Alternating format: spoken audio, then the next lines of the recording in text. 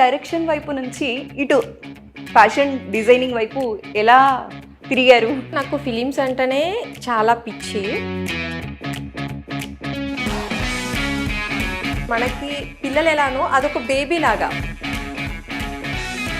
అవి రెండు ఉంటేనే మనము ఇది చేయగలుగుతాం. లక్కు లేక చాలా మంది మూవీ ఇండస్ట్రీలో చాలా ట్రై చేసినా కూడా ఒక అడుగు వెనకనే ఉన్నారు. అదృష్టము అంటే ఇది నిన్న మొన్న చేసింది కాదు. అంత పెద్ద లెజెండరీ డైరెక్టర్ రాఘవేంద్ర గారు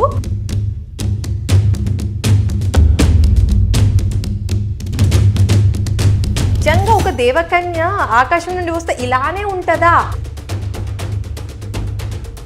చాలా టెన్షన్ పడ్డాను. ప్యాషన్ కోసం చచ్చిపోతామని అంటూ ఉంటారు, పేరెంట్స్ ని బెదిరిస్తూ ఉంటారు. నిజంగా ప్యాషన్ కోసం సూసైడ్ అటెంప్ట్ చేస్తారా అని? మనం పుట్టాము, మనకంటూ వద్దు అన్నప్పుడు, నేను చేయలేనప్పుడు నా లైఫ్ 2-3 డేస్ డిస్కషన్ అనేది చాలా గరంగా నడిచింది ఇంట్లో. పేరెంట్స్ సైడ్ నుంచి ఆలోచిస్తే మాత్రం నేను చాలా రాంగ్ స్టెప్ వేశాను ఆ టైంలో అని చెప్పేసి చాలా రిగ్రెట్ ఫీల్ అయ్యాను చాలా టైమ్స్. ఎందుకంటే ఇప్పుడు రీసెంట్గా మా నాన్న ఎక్స్పైర్ అయ్యారు. నాకు ఆ పెయిన్ అనేది తెలుస్తుంది. Welcome to I dream. నేను మీ సురేఖ. ఇవాళ మనతో పాటు ఒక స్పెషల్ గెస్ట్ ఉన్నారు. సర్కార్ నౌకరీ మూవీ ట్రైలర్ చాలా హల్చల్ చేస్తున్న విషయం మనందరికీ తెలిసిందే. త్వరలో మూవీ రిలీజ్ కాబోతోంది. అయితే ఆ మూవీ ఫ్యాషన్ డిజైనర్ ఇవాళ మన స్టూడియోలో ఉన్నారు. రితీష రెడ్డి గారితో మాట్లాడి మరిన్ని విషయాలు తెలుసుకుందాం. హలో రితీష. హాయ్ అండి. రితీష యాక్చువల్లీ బీటెక్ చదివారు, అవునండి, డైరెక్టర్ అవ్వాలి అనుకున్నారు. చాలా షార్ట్ ఫిల్మ్స్ కి డైరెక్షన్ చేశారు, మంచి మంచి అవార్డ్స్ కూడా వచ్చాయి కదా. మళ్ళీ డైరెక్షన్ వైపు నుంచి ఇటు ఫ్యాషన్ డిజైనింగ్ వైపు ఎలా తిరిగారు? అంటే బేసిక్గా నాకు ఫిలిమ్స్ అంటేనే చాలా పిచ్చి. బట్ మనం ఏది చేయాలి అనుకున్నా కూడా ఫస్ట్ ఫైనాన్షియల్గా స్టేబుల్ ఉండాలి. ఓకే. సో ఏంటంటే పిల్లలు, మనకంటూ ఒక ఫ్యామిలీ, మనం సర్వైవ్ అవ్వాలి అంటే ఒక ఫినాన్షియల్ స్టెబిలిటీ అనేది ఖచ్చితంగా అవసరం. ఒక డైరెక్షన్ సైడ్ వెళ్ళామంటే 24 crores మీద ఫుల్ ఫ్లెడ్జ్డ్గా మన లైఫ్ని దాని మీద పెట్టాలి. ఇప్పుడు మనకి పిల్లలు ఎలానో అదొక బేబీ లాగా, ఒక ఫైనల్ ప్రోడక్ట్ వచ్చే వరకు కూడా మనము నవమాసాలు ఎలా మోసి కంటాము, సో అదే విధంగా ఫైనల్ ఫిలిం వచ్చేంత వరకు మనం అంత జాగ్రత్తగా కెప్టెన్ ఆఫ్ ద షిప్ కదా. సో అన్నీ చూసుకోవాలి. సో అంత టైమ్ స్పెండ్ చేయాలి. అండ్ మనకి ఆబ్వియస్లీ ఒక మూవీ మనం చేస్తున్నామంటే మన హార్డ్ వర్క్ ఉండాలి, at the same time luck కూడా ఉండాలి. సో అవి రెండు ఉంటేనే మనము ఇది చేయగలుగుతాము. సో ఫస్ట్ థింగ్ వచ్చేసి ఫైనాన్షియల్గా ఉండాలి. సో ఇంట్లో సిచ్యువేషన్స్ కానీ, మా హస్బెండ్ బిజినెస్ పెట్టి లాస్ అవ్వడము, సో కొంచెం హర్డిల్స్ అనేటివి ఉన్నాయి. సో ఫిలిమ్స్ అనేది మాత్రం నేను వదులుకోలేదు, బ్లడ్లో ఉండిపోయింది. అండ్ ఏంటంటే మోర్ ఓవర్ నేను ఫ్యాషన్ డిజైనింగ్ చేశాను కాబట్టి ఇప్పుడు ఒక మహావృక్షం ఫిలిం అనేది. సో అందులో ఒక చిన్న ఏమంటారు కొమ్మ fashion costume designing. So obviously నేను అందులో ఉన్నాను కాబట్టి సో దాన్ని మాత్రం అలా అట్టి పెట్టుకొని ఉన్నాను అన్నట్టు. ఓకే. ఈ మూవీకి కాస్ట్యూమ్ డిజైనర్ గా మీకు ఆపర్చునిటీ రావడం ఒక రకంగా బ్లెస్సింగ్ అనే చెప్పాలి. చాలా మీరు అన్నారు కదా, హార్డ్ వర్క్ కి లక్ తోడ. ఎగ్జాక్ట్లీ. ఆ లక్ లేక చాలా మంది మూవీ ఇండస్ట్రీలో చాలా ట్రై చేసినా కూడా ఒక అడుగు వెనకనే ఉన్నారు. అవును.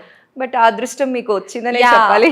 బేసిక్గా అదృష్టము అంటే ఇది నిన్న మొన్న చేసింది కాదు, nearly 13 years 14 years hard work ఇది. సో ఇలా చేయగానే అలా వచ్చింది మాత్రం 100% ఖచ్చితంగా హార్డ్ వర్క్ ఉంది. హార్డ్ వర్క్ తో పాటు అదృష్టం తోడయింది.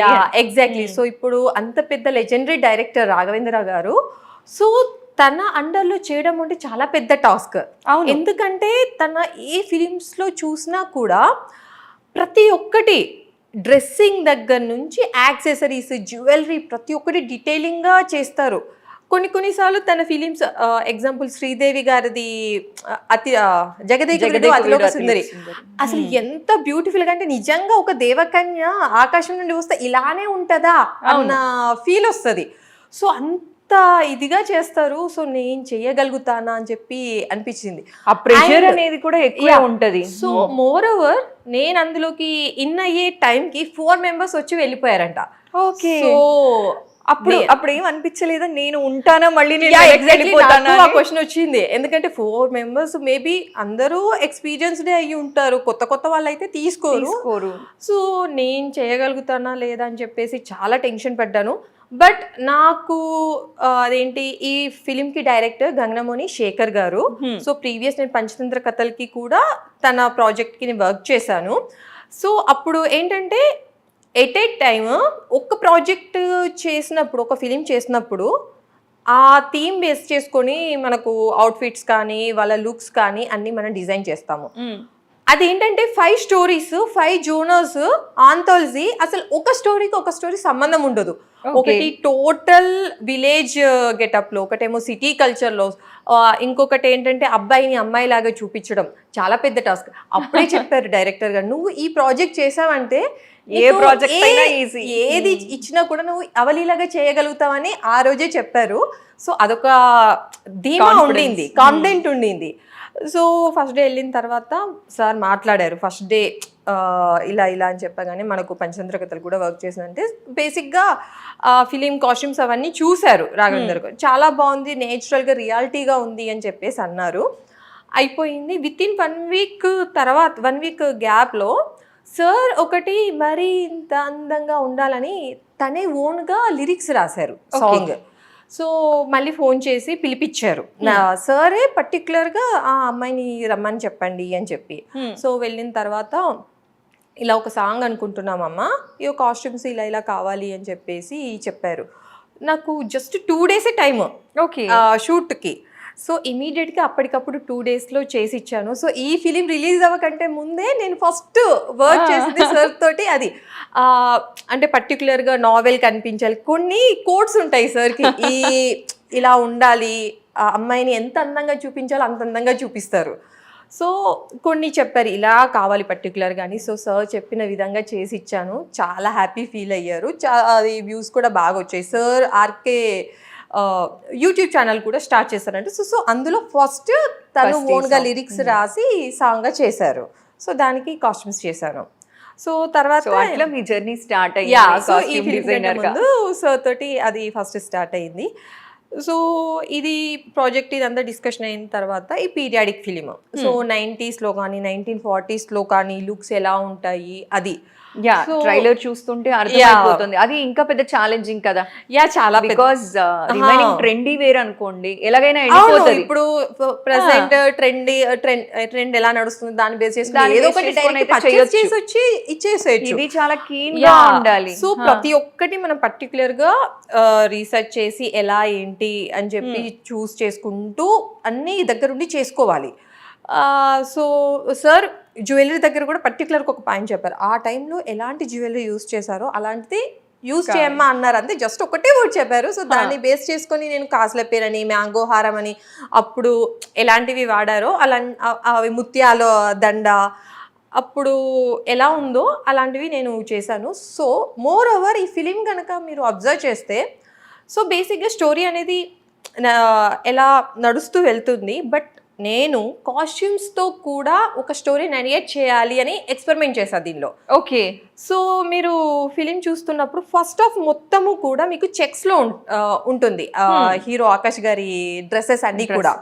సో ఇది ఏంటంటే ఇప్పుడు మనకి ఒక్కొక్క లైఫ్ సైకిల్లో అప్ టు 20 ఇయర్స్కి మనకు మశూచి అని, ప్లేగు వ్యాధి అని, మలేరియా, ఇప్పుడు రీసెంట్గా కరోనా, అలాగే ఎయిడ్స్. సో ఆ టైంలో ఎయిడ్స్ వల్ల ఎంత సఫర్ అయ్యారు, ఎంతమంది చనిపోయారు అనేది అందరికీ తెలిసిందే. సో ఈ కాన్సెప్ట్ వచ్చి కూడా ఎయిడ్స్ గురించి. సో బేసిక్గా డైరెక్టర్ గారి పర్సనల్ లైఫ్లో చూసిన ఇన్సిడెంట్స్ని బేస్ చేసుకొని ఈ ఫిలిం అనేది రియల్ స్టోరీ ఆధారంగా characters maximum real characters base చేసుకొని చేశారన్నట్టు. సో లైక్ ఆ ఎయిడ్స్ కాన్సెప్ట్ కదా. సో ఫస్ట్ ఎవరైతే హీరో లీడ్ ఉన్నారో తను సర్కార్ నౌకరీ. సో బేసిక్గా ఏమనుకుంటా, సర్కార్ నౌకరీ అనగానే చాలా పెద్ద గవర్నమెంట్ ఆఫీసర్, లైక్ ఏంటి టీచరో లేకపోతే ఇంకేదో అనుకుంటారు, కలెక్టర్ ఆఫీస్లో ఇంకేదో వర్క్ అని. బట్ ఏంటంటే పోస్ట్ ఆఫీస్ పర్సన్ పోస్ట్లో ఎలా వేస్తుండడం, తీసుకోవడం ఎలా ఉంటుందో, ఈ హీరో వచ్చేసి కాండోమ్స్ ఒక్కొక్క ఇంటికి వెళ్తూ ఇవ్వడము, అవేర్నెస్ చేస్తూ, క్రియేట్ చేస్తూ. సో ఏంటి పంచి పెట్టడం అన్నట్టు. ఓకే. సో తన రోల్ అది. సో అందరూ ఏంటంటే చీప్గా చూస్తారు తిని. స్టార్టింగ్ సర్కార్ నౌకరీ అంటే గొప్పగా, అరే మన ఊరికి సర్కార్ నౌకరీ అతను వస్తున్నాడంట అనే ఒక ఫీల్ అందరిలో జనాలలో ఉండేది. వన్స్ తెలిసిన తర్వాత ఈ బుక్ అదేంటి కాండమ్స్ పంచుతున్నాడు ఏంది ఇది అని చెప్పి ఆ క్యారెక్టర్స్ స్టోరీ ప్లే అవుతున్నప్పుడు తెలుస్తుంటుంది ఒక్కొక్కరు ఎలా అంటే వాళ్ళ వైఫ్స్ వల్ల ఎలా రియాక్ట్ అవుతున్నారు ఏంటి అనేది ఫిలింలో చూస్తే తెలిసిపోతుంది. సో అప్పుడు సో బేసిక్గా తను అవేర్నెస్ తీసుకురావాలి అని అనుకుంటాడు. సో ఫస్ట్ అది ఎలా తీసుకురావాలి ఏంటి అనేది తనకి క్వశ్చన్ మార్క్. బట్ చెయ్యాలి ఏదో ఒకటి, నా వల్ల అయ్యింది, మళ్ళీ ఇంకొకరు ఎయిడ్స్ వల్ల చనిపోవద్దు అనేది ఒక తపన ఆలోచన తన మైండ్లో ఉంది. బట్ ఎలా చేయాలో తెలీదు. సో క్లమ్జీ తన మైండ్. ఓకే. సో అది నేను ఎలా అంటే ఆ చెక్స్ రూపంలో, అంటే గల్లు అన్నీ క్లమ్జీగా ఉంటాయి కదా, సో అందుకోసం అని చెప్పేసి చెక్స్ తీసుకున్నాను. సో వన్స్ ఎలా మనకి దీనికి సపోర్టింగ్ క్యారెక్టర్ హేమలత టీచర్ అని ఉంటారు. సో వన్స్ తను ఏమంటారు సపోర్టింగ్ స్టార్ట్ అయిన తర్వాత లైన్స్ లోకి వస్తుంది తన షర్ట్ ఫార్మాట్. సో తర్వాత మళ్ళీ వన్స్ అవేర్నెస్ రివల్యూషన్ వచ్చిన టైంకి ప్లేన్ అయిపోతుంది shirt. Okay. So checks lines plain. So ఈ కాన్సెప్ట్ అనేది తీసుకున్నాను. ఓకే. అండ్ ఇందులో కొల్లాపూర్లో ఈ ఇన్సిడెంట్స్ అన్ని రియల్ బేస్డ్ అని చెప్పాను కదా. సో పర్టికులర్గా డైరెక్టర్ గారు అన్నారు, బేసిక్గా మనకి పుస్తలు ఎలా ఉంటాయి, రెండు ఉంటాయి కదా ఎక్కడైనా కూడా మాక్సిమం నాకు తెలిసి అయితే. సో లొకేషన్ ని బేస్ చేసుకొని కూడా మీరు యాక్సెసరీస్ అనేవి డిజైన్ చేశారు. సో సార్ ఏం చెప్పారు అంటే ఇట్ సైడ్ ఓన్లీ సింగిల్ పుస్తే ఉంటుంది, దట్టు ఫ్లాట్ గా ఉంటుంది. మామూలుగా మనకి పుస్తే ఎలా ఉంటుంది రౌండ్ గా, ఇటువైపు మంగళసూత్రానికి అక్కడ మంగళసూత్రానికి డిఫరెన్స్ ఉంటది, అక్కడ ఫ్లాట్ గా కనిపిస్తుంది, ఇక్కడ కొంచెం. సో ఫ్లాట్ గా ఉంటుంది అండ్ పైన చిన్న స్టోన్ లాగా వస్తుంది అని చెప్పేసి అన్నారు. సో అలానే కావాలి అని చెప్పారు. సో బంగారుది చేయించలేము అండ్ మనకి రెడీమేడ్ కూడా నేను ట్రై చేసా, ఇఫ్ ఇన్ కేస్ ఏమైనా దొరుకుతుందేమో అని చెప్పి. సో బయట ఎక్కడ దొరకలేదు. సో నేను ఏం చేశానంటే సిల్వర్ది చేంజ్ చేసి దానికి గోల్డ్ పూతే పూయించాను అన్నట్టు. సో ప్రతి ఒక్క క్యారెక్టర్ కూడా ఇందులో చాలా క్లీన్గా అబ్జర్వ్ చేసి తన క్యారెక్టర్ వైజ్ గా మనము ఆ లుక్స్ అనేటివి ప్రిపేర్ చేసాము. సో చాలా హార్డ్ వర్క్ చేశారు అన్నది మీరు మాట్లాడుతుంటే అర్థమవుతోంది ఎంత క్లీన్ గా చేశారు అని చెప్పి. ఎందుకంటే చెక్స్ లైన్స్ ప్లెయిన్ షర్ట్ ఇంత వేరియేషన్ తీసుకోవాలి అని కూడా ఎక్స్పెరిమెంట్ చేశారని చెప్పాలి. బికాస్ ఎందుకు అంటే అది జనాలకి ఎంతవరకు కనెక్ట్ అవుతుంది అనేది సెకండరీ. అవునవును. బికాస్ కాస్ట్యూమ్ డిజైనర్ గా మీరు అలాంటి ఎక్స్పెరిమెంట్ చేయడం అనేది కొత్తదనం అని చెప్పొచ్చు. అయితే మీరు బీటెక్ చేశారు. బీటెక్ చేసిన తర్వాత షార్ట్ ఫిల్మ్స్ చేశారు, మంచి మంచి అవార్డ్స్ వచ్చాయి, ఇది తెలిసిందే. అయితే నేను ఒకటి విన్నాను అనమాట, ప్యాషన్ కోసం చచ్చిపోతామని అంటూ ఉంటారు, పేరెంట్స్ ని బెదిరిస్తూ ఉంటారు. నిజంగా ప్యాషన్ కోసం సూసైడ్ అటెంప్ట్ చేస్తారా అండి? ఎట్లా చేశారు అదే అడుగుతున్నాను. అంటే ఏం ఆలోచన రాలేదా పేరెంట్స్, ఫ్రెండ్స్, ఫ్యామిలీ మెంబర్స్? అంటే బేసిక్గా ఆ టైంలో నాకు మనం పుట్టాము, మనకంటూ ఏదో సాధించాలి, ఏదో పుట్టామా చచ్చామా అన్నది కాకుండా నాకంటూ ఒక ప్యాషన్, ఇది చేయాలని ఉంది. సో అది వద్దు అన్నప్పుడు, నేను చేయలేనప్పుడు నా లైఫ్కి అర్థం ఏంటి అన్న క్వశ్చన్ మార్క్ నాకు అప్పుడు వచ్చింది. అంటే ఇన్స్టెంట్గా డెసిషన్ తీసుకున్నారా, ఆలోచించారా అసలు? బికాజ్ ఎందుకంటే I just wanted to know. 2-3 days discussion అనేది చాలా గరంగా నడిచింది ఇంట్లో. కోప్పడ్డారు, ఇంకా స్టడీ వద్దు ఏదొద్దు అని చెప్పేసి. అంటే బేసిక్ గా తెలుసు ప్రతి ఇంట్లో ఇది జరుగుతూ ఉంటది. కాకపోతే అట్లీస్ట్ వాళ్ళకి కూడా అంత కోపం రావడానికి ఏంటంటే, నేను 2 years అంటే అమ్మ వాళ్ళు విలేజ్ లో ఉండేవాళ్ళు. సో నేను మా తమ్ముడు మా అమ్మమ్మ వాళ్ళ దగ్గర ఉండేవాళ్ళం. ఓకే. సో ఏంటంటే బ్యాక్ సైడ్ అమ్మమ్మ వాళ్ళు ఉండేది, మాది సపరేట్ ఉండేది. నాకు మా తమ్ముడు చాలా సపోర్ట్ చేశాడు. అంటే మా తమ్ముడికి ఒక్కడికి తెలుసు నేను ఇలా చేస్తున్నాను, నాకు ప్యాషన్ ఉంది, ఇంట్రెస్ట్ ఉంది అని చెప్పేసి. అంటే నేను ఇంట్లో వాళ్ళతో చెప్పకుండా మీరు కరీంనగర్ నుంచి హైదరాబాద్ కి మార్నింగ్ బస్ ఎక్కి హైదరాబాద్లో దిగేసి షూట్ చేసుకొని మళ్ళీ కరీంనగర్కి వెళ్ళేదాన్ని. ఎవ్రీడే అప్ అండ్ డౌన్ చేసేదాన్ని. ఏంటి కరీంనగర్ నుంచి హైదరాబాద్కి? సో అది ఒకరోజు అన్ఫార్చునేట్లీ షూట్స్ అన్నాక ఆబ్వియస్లీ లేట్ అవుతుంది కదా. సో అలా లేట్ నైట్ 10 ఇక్కడ అయిపోయింది. బేసిక్గా నాకు ఎప్పుడు వచ్చినా కూడా 4 to 5 వరకు కంప్లీట్ చేసుకొని వెళ్ళిపోయేదాన్ని. బట్ ఆ రోజు లేట్ నైట్ 10 అయ్యింది. వికారాబాద్లో షూట్, అక్కడ నుంచి ఎంజీపీఎస్ అక్కడికి వచ్చేసరికి 12 అయ్యింది. ఎంజీబీఎస్ నుంచి కరీంనగర్కి వెళ్ళేసరికి 3 అయ్యింది. సో అప్పటికి వాడు చూసి నా ఫోన్ కూడా స్విచ్ ఆఫ్ అయింది. వాడు చాలా టైమ్స్ కాల్ చేశాడు, బట్ నా ఫోన్ స్విచ్ ఆఫ్ అయిపోయింది. సో 3 o'clock ఇంటికి వచ్చిన తర్వాత డోర్ కొడితే వాడు ఇంకా అస్సలు డోర్ ఓపెన్ చేయట్లేదు. చాలా వెయిట్ చేసా, 1 hour వరకు బయటనే వెయిట్ చేసా. అది దట్టు వింటర్ సీజన్, బయట అలానే ఉండిపోయా. వాడు ఎగ్జాస్ట్ అయిపోయాడు, కోపం వచ్చేసింది. అంటే ఇంట్లో తెలియకుండా నేను సపోర్ట్ చేస్తున్నాను, ఏదైనా అయితే నన్ను అంటారు అని చెప్పేసి వాడికి అంటే డోర్ తీలే.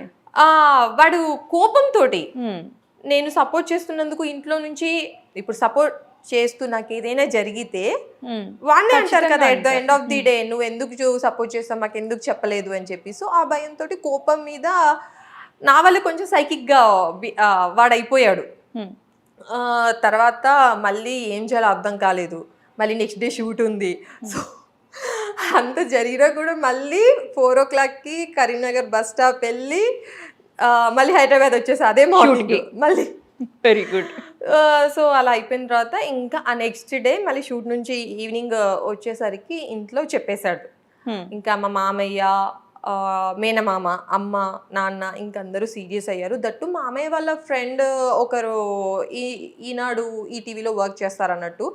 ఎంత స్ట్రగుల్ పడతారో నాకు తెలుసు, నువ్వు ఎందుకు ఇలా చేసావు, ఏదైనా జరగడానికి జరిగితే ఏంటి పరిస్థితి అని చెప్పేసి చాలా సీరియస్ అయ్యారు. లేదు నాకు ఇంట్రెస్ట్ ఉంది అది ఇది అని చాలా డిస్కషన్స్ అయిన తర్వాత 2-3 days ఇలానే ఇంకా నేనేం తినకపోవడం, నువ్వు చేయొద్దు అనడము. 3 days ఇలా జరిగిన తర్వాత అప్పుడు నాన్న ఏమన్నారంటే, సరే నువ్వు నీకు ఇంట్రెస్ట్ ఉంది చేద్దాం అనుకుంటున్నావు కదా, నువ్వు ఏది చేయాలన్నా ఒక సర్టిఫికేట్ అనేది కంపల్సరీ. నువ్వు ఒకవేళ అందులో సక్సెస్ కాకపోయినా నువ్వు ఏదైతే చదువుకున్నావో అట్లీస్ట్ దానిలోనే నువ్వు చేసుకుంటావు కదా. సో నువ్వు ఫస్ట్ స్టడీ మీద కాన్సన్ట్రేట్ చేయు, తర్వాత చూద్దాము అని చెప్పేసి అన్నాక సో అప్పుడు ఓకే నాన్న ఏంటి చెప్పారు కదా, నాన్న భరోసా ఇచ్చారు అని. యా. సో ఇంకా ఓకే అని చెప్పేసి ఇంకా హైదరాబాద్ రావడము అది తగ్గించేసి, బట్ కాలేజెస్లో ఫెస్ట్ అప్పుడప్పుడే ఇంకా ఏంటంటే షార్ట్ ఫిలిమ్స్ కొంచెం స్టార్ట్ అయ్యింది. సుజీత్ మన సాహో డైరెక్టర్ ఉన్నారు కదా సుజీత్ అని చెప్పేసి, తో నా షార్ట్ ఫిల్మ్స్ ఎక్కువ చూసేదాన్ని. సో ఇన్స్పిరేషన్ బాగా ఎక్కువ నాకు పట్టేసింది. సో ఇంకా కాలేజ్లో ఫెస్ట్లు జరుగుతున్నప్పుడు షార్ట్ ఫిలిం ఫెస్ట్ జరిగింది. సో ఫస్ట్ నేను ఫేస్బుక్ ఫెయిల్యూర్ అని చెప్పేసి ఒక షార్ట్ ఫిలిం చిన్న ఫోన్లో వీడియోస్ చేస్తూ మా తమ్ముడు దానికి ఎడిట్ చేశాడు. సో ఏంటి ఫేస్బుక్ వల్ల మనకి అడ్వాంటేజెస్ ఉంటాయి, డిసడ్వాంటేజెస్ ఉంటాయి.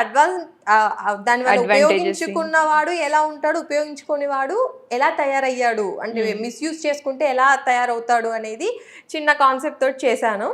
అవార్డు రాలేదు కానీ నాకు మంచి అప్రిషియేషన్ వచ్చింది. మళ్ళీ ఆ తర్వాత నెక్స్ట్ ఇయర్ లాంగ్ లివ్ అని చెప్పేసి 40 minutes చేసా, అప్పుడు ఫస్ట్ అవార్డు వచ్చింది. ఇంకప్పుడు మెంటల్ గా ఫిక్స్ అయిపోయా నేను డైరెక్టర్ అవ్వాలి.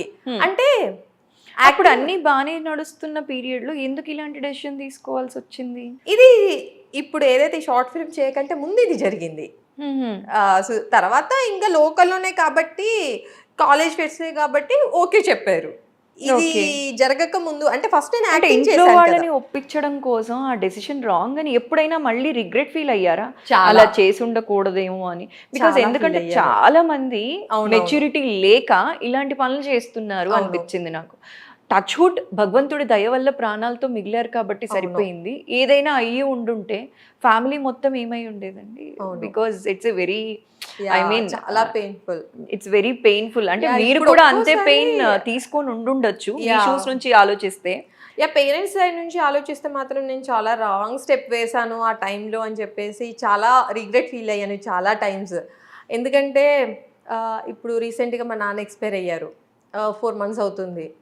ఇప్పుడు నాన్న లేని ఎలా ఉంటుంది అనేది ఇప్పుడు నాకు తెలుస్తుంది. అప్పుడు నేను బై మిస్టేక్ ఏమైనా జరుగుంటే ఎంత బాధపడే వాళ్ళు అని చెప్పేసి ఇప్పుడు నాకు ఆ పెయిన్ అనేది తెలుస్తుంది.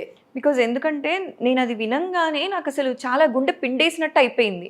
అసలు ఏంటి ఇలా ఇలా అంటే ప్యాషన్ కోసం చాలా మంది ఉన్నారు కదా, సాక్రిఫైస్ చేసేసి అవును. బాగున్న వాళ్ళు ఉన్నారు. ఇట్లా ఇట్లా చేశారా అని అనిపించింది అన్నమాట నాకు. ఓకే, లేదు, I have to talk about that అని Yeah.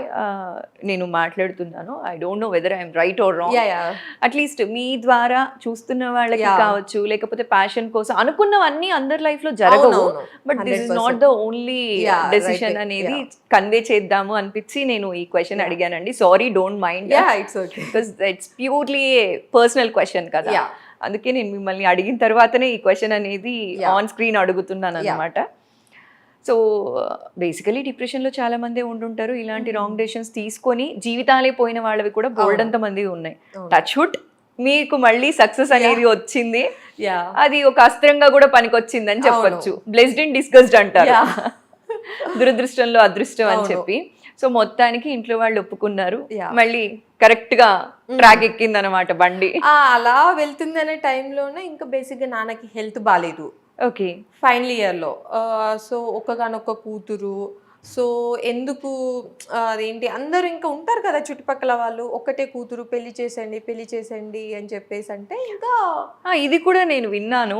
నాకు రితీషా రెడ్డి అనగానే ఏమనిపించింది అంటే, అనిపించింది మాట్లాడేస్తుంది, అసలు ఫిల్టర్సే ఉండవు, ఏదనిపిస్తే అది మాట్లాడేరా బై, తర్వాత సంగతి తర్వాత చూద్దాం, అవతల ఎవరున్నా పర్వాలేదు మాకు, నేను అనుకున్నాను చెప్పేస్తాను. బేసిక్ గా ఫస్ట్ నుంచి కూడా అంతే, నాకు మనసులో ఏదనిపిస్తే అది చెప్తాను. మనసులో ఒకటి పెట్టుకొని టూ ఫేసెస్ అనేటివి నాకు అసలు లేదు ఫస్ట్ నుంచి కూడా.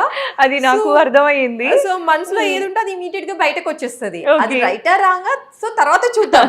బట్ మనసులో నాకు ఏదనిపిస్తే అది బయటకని చెప్పేస్తాను. ఓకే.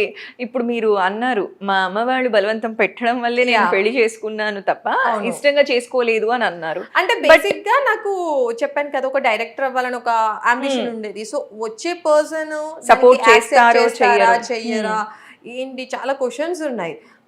మళ్ళీ వీళ్ళకి భయము ఏంటంటే ఫిలింకి సంబంధించింది అయితే ఒప్పుకోరు అమ్మాయిని అని చెప్పి. ఖచ్చితంగా. ఎందుకు అంటే పెళ్లి అనగానే బోల్డెడ్ భయాలు ఉంటాయి. అవునవును. అందులోనూ ప్యాషన్ కోసం ఏమైనా చెయ్యొచ్చు, ప్యాషన్ కోసమే బ్రతికే అమ్మాయిలు ఉంటారు చూసారా, మీలాంటి వాళ్ళు. సో అక్కడ ఇంకా టఫ్. అవును. పెళ్లి అనేది బ్లెస్సింగ్ అవ్వచ్చు, అవును, లేకపోతే కర్స్ అవ్వచ్చు కొన్నిసార్లు. సో ఆ భయంతో ఇష్టం లేకుండా చేసుకున్నప్పటికీ కూడా ఇవాళ సక్సెస్ఫుల్ గానే వెళ్తున్నారు కదా. సో నాకు 100%. ఎందుకంటే స్టార్టింగ్ లో మా హస్బెండ్ కొంచెం అటు ఇటుగా వద్దు అన్నట్టు అన్నారు, కానీ ఏదైతే మా మామయ్య చాలా సపోర్ట్ చేశారు. ఇలా పెళ్ళైన తర్వాత కూడా నేను షార్ట్ ఫిలిమ్స్ లో యాక్ట్ చేశాను. సో మా ఆయన సపోర్ట్ చేయకపోయినా కూడా మా మామయ్య సపోర్ట్ చేశారు. ఈవెన్ నాకు మ్యారేజ్ అయ్యాక అదేంటి ఫస్ట్ కన్సీవ్ అయ్యాక 3 months కి అన్ఫార్చునేట్ అబార్షన్ అయ్యింది. సో కొంచెం మెంటల్ గా డిప్రెషన్ లోకి వెళ్ళిపోయాను, సైలెంట్ అయిపోయా. అంతా హడావిడిగా ఏ ఫంక్షన్స్కి వెళ్ళినా ఎక్కడికి వెళ్ళినా చాలా ఇదిగా ఉండేదాన్ని, సడన్ గా సైలెంట్ అయిపోయా. సో అప్పుడు ఓన్గా మా మామయ్యనే నీకు కాస్ట్యూమ్ అంటే ఫ్యాషన్ డిజైనింగ్ అంటే ఇంట్రెస్ట్ అని చాలాసార్లు అన్నావు కదా, చేయలేకపోయానని, మరి ఇప్పుడు చేస్తావా అన్నారు. ఓకే మామయ్య అంటే మా మామయ్య దగ్గరుండి నాకు హ్యామ్స్టేక్ హైదరాబాద్లో పంజాగుట్టాలో తీసుకెళ్ళి మా మామయ్యనే జాయిన్ చేశారు. అంటే నేను ప్రౌడ్గా చెప్పుకుంటాను. అండ్ నేను చిన్నప్పుడు 1.5 years నుంచే మా పేరెంట్స్కి నేను దూరంగా పెరిగా.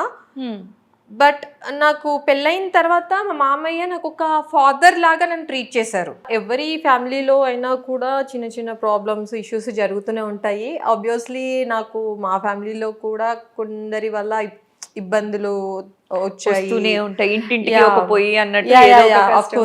బట్ కొంచెం ఎక్సీడ్ అయిపోయాయి. ఇంట్లో నుంచి బయటకు వచ్చేసాము. అదే టైంలో మా హస్బెండ్ కి కూడా కంపెనీ అదేంటి వాళ్ళ ఫ్రెండ్స్ ఎవరైతే ఉన్నారో వాళ్ళు కొంచెం చీట్ చేయడము, అందులో నుంచి బయటకు రావడము. సో ఒకేసారి డౌన్లోకి వెళ్ళిపోయాము. ఇంకా ఆ టైంలో మా నాన్నే రెంట్ తీసుకున్నాక 2 months రెంట్ ఇచ్చారు. మా ఆయనకి బిజినెస్ అంటే ఇంట్రెస్ట్, జాబ్ చేయడం ఇష్టం ఉండదు. బట్ ఇంకా సర్వైవ్ అవ్వాలని చెప్పేసి ఒక 1 year జాబ్ చేశారు. ఆ తర్వాత మళ్ళీ బిజినెస్ స్టార్ట్ చేయాలని చెప్పేసి మళ్ళీ ట్రయల్స్ చేశారు. ఇంకొక 5 days అయితే ఇంకా లోన్ వచ్చేస్తుంది, మళ్ళీ స్టార్ట్ చేసుకోవచ్చు అనుకున్న టైంలో కరోనా వచ్చింది. అన్నీ ఇంకా క్లోజ్. ఒక 5 days అయితే చేతిలో అమౌంట్ వచ్చేది. మళ్ళీ తను అనుకున్న లైఫ్ మళ్ళీ స్టార్ట్ చేసుకునేవాడు.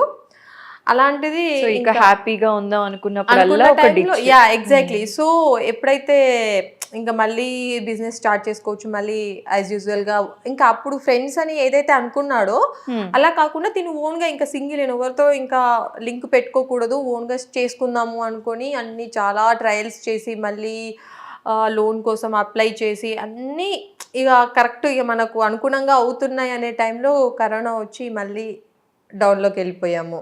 ఓకే. సో మొత్తానికి ఇష్టం లేకుండా పెళ్లి చేసుకున్నప్పటికీ కూడా మార్చుకొని మలుచుకొని మీరు అనుకున్న ప్యాషన్ ని కంటిన్యూ చేసి ఇప్పుడు అందరూ కూడా మీకు సపోర్ట్ చేసేలాగా చేసుకున్నారు. అంటే ఇప్పుడు సపోర్ట్ చేస్తుంది అన్నారు కదా, లైక్ స్టార్టింగ్ చైల్డ్హుడ్లో నన్ను చాలా ఎలా అంటే రిలేటివ్స్లో కానీ ఇప్పుడు ఏదైతే ప్యాషన్ అని చెప్పేసి అందరు అనుకుంటున్నారో, అంటే నాకు బేసిక్గా చిన్నప్పటి నుంచే ఆ ఫ్యాషన్ కానీ ఇయర్ రింగ్స్, డ్రెస్సింగ్ స్టైల్, అంటే అప్పుడు ఇంత టెక్నాలజీ ఎక్కడిది, ఫొటోస్ కానీ లేకపోతే సోషల్ మీడియా కానీ నెట్ కానీ అంత లేదు కదా. సో బేసిక్గా నాకు వచ్చిన ఐడియాని పేపర్ మీద డ్రా చేసేదాన్ని అప్పట్లోనే. అంటే కొంచెం ఒక ఓవరాల్ లుక్ వచ్చేలాగా డ్రా చేసేదాన్ని ఇలా ఇలా అని చెప్పి. నియర్ బై ఉన్న టైలర్ దగ్గరికి వెళ్ళేదాన్ని, మెటీరియల్స్ తీసుకెళ్లేదాన్ని, క్లాత్ ఇలా కావాలని ఒక 10 కుట్టిస్తే అందులో ఒకటి సక్సెస్ అయ్యేది. అంటే నేను చెప్పింది తనకు అర్థం కాకో లేకపోతే తనకు చేయడం రాకో, సో 10 డ్రెస్సెస్ చేస్తే అందులో ఒకటి సక్సెస్. టైలర్స్ అంటే నార్మల్ గా ఎప్పుడు ఒకటే ప్యాటర్న్ ఉంటారు, మీరు అలా డ్రా చేసి ఎక్స్పెరిమెంట్స్ ఇస్తే ఏం చేస్తారు? సో అదేంటి, నేను ఆ చేసిన డ్రెస్సెస్ నేను యాక్చువల్లీ ఫస్ట్ ఇయర్ వచ్చేసి నాకు 10th లో హైయెస్ట్ మార్క్స్ వచ్చాయి. సో హైదరాబాద్ శ్రీ చైతన్య కాలేజ్ లో ఫ్రీ సీట్ వచ్చింది. సో నేను ఆ కుట్టించుకునే డ్రెస్సులు అన్ని కూడా నేను కాలేజ్ లో వేస్తే అందరూ అరే నీ డ్రెస్సెస్ బాగున్నాయి అనేవాళ్ళు. మళ్ళీ మనసులో ఇంకొక డాన్స్, అబ్బా నేను రాబోయే కాలానికి కాబోయే కాస్ట్యూమ్ డిజైనర్ ని అసలు అనుకోలేదు. అప్పట్లో ఆ థాట్ లేదు. బట్ ఏంటంటే యాంకర్ అవ్వాలని ఉండే ఫస్ట్ నుంచి కూడా. ఎలా అంటే కైన్ బాక్స్లు ఉండేటి కదా అప్పుడు. అవును, నేను మా ఫ్రెండ్స్ కి ఫోన్ చేసి నేను ఇప్పుడు యాంకర్ ని. మీ దగ్గర ఆ క్వాలిటీ చాలా బాగుంది, ఎందుకంటే యాంకర్ కి కావాల్సింది టపటపటపట మాట్లాడటం. సో ఫోన్ చేసి కైన్స్ వేస్తూ ఇప్పుడు నేను క్వశ్చన్స్ అడుగుతాను, నేను ఆన్సర్స్ ఇవ్వు. అప్పుడు ఆటకాల పాటకాలని వచ్చేది. ఓకే, యాంకర్ లాగా కాయిన్ బాక్స్ కి మా ఫ్రెండ్స్ కి కాల్ చేసి యాక్ట్ చేసేవాళ్ళు. Okay okay. సో నేను ఇప్పుడు కాసేపు నేను యాంకర్ లాగా నేను బిహేవ్ చేస్తాను, నువ్వు దానికి ఆన్సర్స్ ఇవ్వు అని చెప్పేసి అలా ఆడుకునేదాన్ని. ఇది బాగుందబ్బా. ఎందుకు అంటే నిజంగా మామూలుగా చిన్నపిల్లలు ఏం చేసేవాళ్ళంటే నేను టీచర్ అవుతా, నేను డాక్టర్, ఒక కర్ర పెట్టుకొని టీచర్ లాగా యాక్ట్ చేసేవాళ్ళు. యాంకర్ లాగా యాక్ట్ చేసిన వాళ్ళు ఫస్ట్ టైం మీ దగ్గరే వింటున్నాను నేను, బికాస్ డైరెక్ట్ ట్రయల్స్ కి వెళ్ళేవాళ్ళు కదా. అవును.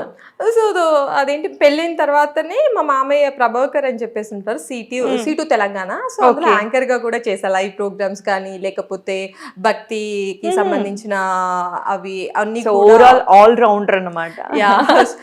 మళ్ళీ కాలేజెస్ లో ఏం చేస్తానంటే ఏంటి కొంచెం హెల్త్ ఇష్యూస్ వల్ల సెకండ్ ఇయర్ మళ్ళీ కరీంనగర్ లోనే ఆల్ఫోస్ కాలేజ్ లో చేశాను. ఓకే. సో అప్పుడు ఇంట్రెస్ట్ ఉండే ఫ్యాషన్ డిజైనింగ్ అని. బట్ నాన్న నువ్వు 1 year అక్కడ ఉండలేకపో హైదరాబాద్ లో, ఇప్పుడు 4 years కంటిన్యూగా నువ్వు ఉండాలి, నువ్వు ఉండలేవు, వద్దు నువ్వు బీటెక్ చేయు అంటే ఇంకా బీటెక్ లో జాయిన్ అయిపోయా అన్నట్టు. ఓకే. సో కాలేజ్ లో ఏం చేశానంటే అప్పటికి షార్ట్ ఫిల్మ్స్ ఫెస్ట్ స్టార్ట్ అయ్యాయి కదా. సో అది కొంచెం మెల్లిమెల్లిగా పురుగు స్టార్ట్ అయిపోయింది నా మైండ్ లో. సో క్లాసెస్ లో ఫస్ట్ బెంచ్ లో కూర్చునేదాన్ని. ఇప్పటికీ ఎవరికి తెలియదు, టీచర్స్ కి కూడా చూస్తే తిట్టుకోవద్దు, ఫ్యాకల్టీకి ఐ మీన్. ఫస్ట్ బెంచ్ లో కూర్చునేదాన్ని. నా పక్కకి రమ్య అని ఒక ఫ్రెండ్ ఉండేది. బేసిక్గా చెప్తూ ఉంటారు కదా, మన సైడ్ చూసి చెప్తున్నప్పుడు నేను ఒక స్టోరీ నేరేట్ చేసుకునేదాన్ని. కాన్సెప్ట్ ఇది, ఓకే నెక్స్ట్ సీన్ అని చెప్పేసి ఇలా మనసులో అనుకునేదాన్ని. బోర్డు తిరిగి రాసేటప్పుడు ఏదైతే నేను మైండ్లో అనుకునేదాన్నో అదే బుక్లో లాస్ట్ పేపర్లో స్టోరీస్ రాసేదాన్ని. ఇప్పటికీ నా దగ్గర ఆ బుక్స్ ఉన్నాయి. ఓకే, క్లాస్లో స్టోరీలు రాసారా? కొండ. సో నా పక్కకున్న ఆమె బలి.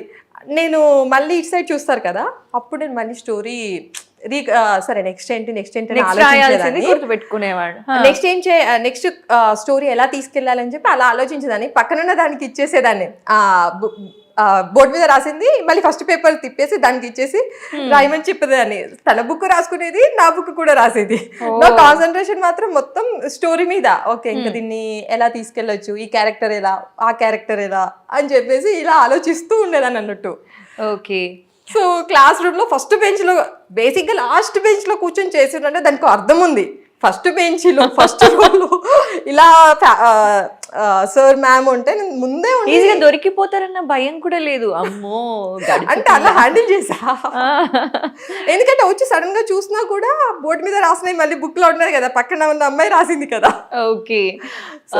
రితిష, ఇప్పుడు జనరలీ మీరు చాలా మంది సెలబ్రిటీస్ కి కాస్ట్యూమ్స్ డిజైన్ చేశారు. అవును.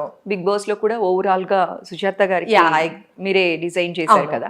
సో ఇంకా ఎవరెవరి సెలబ్రిటీస్ కి మీరు కాస్ట్యూమ్స్ డిజైన్ చేస్తున్నారండి? బేసిక్ గా సీరియల్స్ ఉన్న వాళ్ళకి అందరికి మాక్సిమం చేశాను. చైత్ర రాయ్, అశికా పదుకొనే, స్రవంతి చొక్కవరపు, యాంకర్ ఉన్నారు కదా తను, మహేశ్వరి వడ్డీ, ఇంకా శ్యామల గారు, యాంకర్ శ్యామల గారు, నందిని రాయ్ హీరోయిన్. సో ఇలా ఉన్నారు. రితిష రెడ్డి లేబుల్ కూడా రన్ చేస్తున్నారు కదండి. ఇందులో కిడ్స్ కి, ఉమెన్ కి మాత్రమే డిజైన్ చేస్తున్నారా, లేకపోతే మెన్ కి కూడా యూనిసెక్స్? మనకి పర్టికులర్ కిడ్స్ కి లైక్ మదర్స్ కి అలా కాదు, టోటల్ ఫ్యామిలీ కాంబో ప్రతి ఒక్కరికి. బేసిక్ గా నేను కిడ్స్ కి డిజైన్ చేయడం అంటే చాలా ఇంట్రెస్ట్ నాకు. That Indian kids fashion week 2019 లో చేశా నేను. అందులో ఒక డ్రెస్ ట్రాన్స్ఫర్మేషన్ డ్రెస్ చేశాను. లైక్ ఏంటంటే మనకు బ్రిటిష్ అది జనవరి 26th 100 years సెలబ్రేషన్స్ చేశారు కదా. సో ఆ టైంలో నాకు ఒక థాట్ వచ్చింది. సో ఫస్ట్ అంతా ప్లెయిన్ డ్రెస్, దాని మీద సింబాలిక్ గా మొత్తం చైన్స్ పెట్టేశాను. అంటే బ్రిటిషర్స్ మనల్ని వాళ్ళ హ్యాండ్ ఓవర్ లో ఉన్నాము అని చెప్పేసి.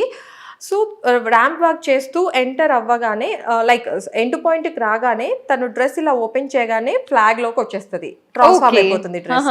సో నేను అది డిజైన్ చేస్తున్నప్పుడు అనుకున్నాను దీనికి పెట్టిన కాస్ట్ మొత్తం వేస్ట్, జస్ట్ ఒక నేమ్ వస్తుంది కానీ దీనివల్ల 1 రూపీ అయితే రాదు అనుకున్నాను. యాక్చువల్ నాకు నెక్స్ట్ సీక్వెన్స్ కూడా ఉంది అదే షోలో. ఆ పర్టికులర్ వేసుకున్న పర్సన్ వాళ్ళ మదర్ 3 hours వెయిట్ చేసి అది పర్చేస్ చేసుకొని వెళ్ళింది. సో చాలా అంటే చాలా హ్యాపీగా అనిపించింది. ఓకే. సో బేసిక్ గా నేను కొంచెం యూనిక్ గా ఇన్నోవేటివ్ గా చేయాలని చాలా ఇంట్రెస్ట్ చూపిస్తాను. యాక్చువల్లీ నేను కూడా విన్నాను, ప్రైజెస్ కూడా చాలా రీజనబుల్ గా ఇస్తున్నారు అని చెప్పి. So I wish you all the very best. Me dream త్వరలో అచీవ్ చేయాలని మనస్ఫూర్తిగా కోరుకుంటూ, అండ్ సర్కార్ నౌకరీ మంచి హిట్ అవ్వాలని మనస్ఫూర్తిగా కోరుకుంటూ, thank you so much Ritisha.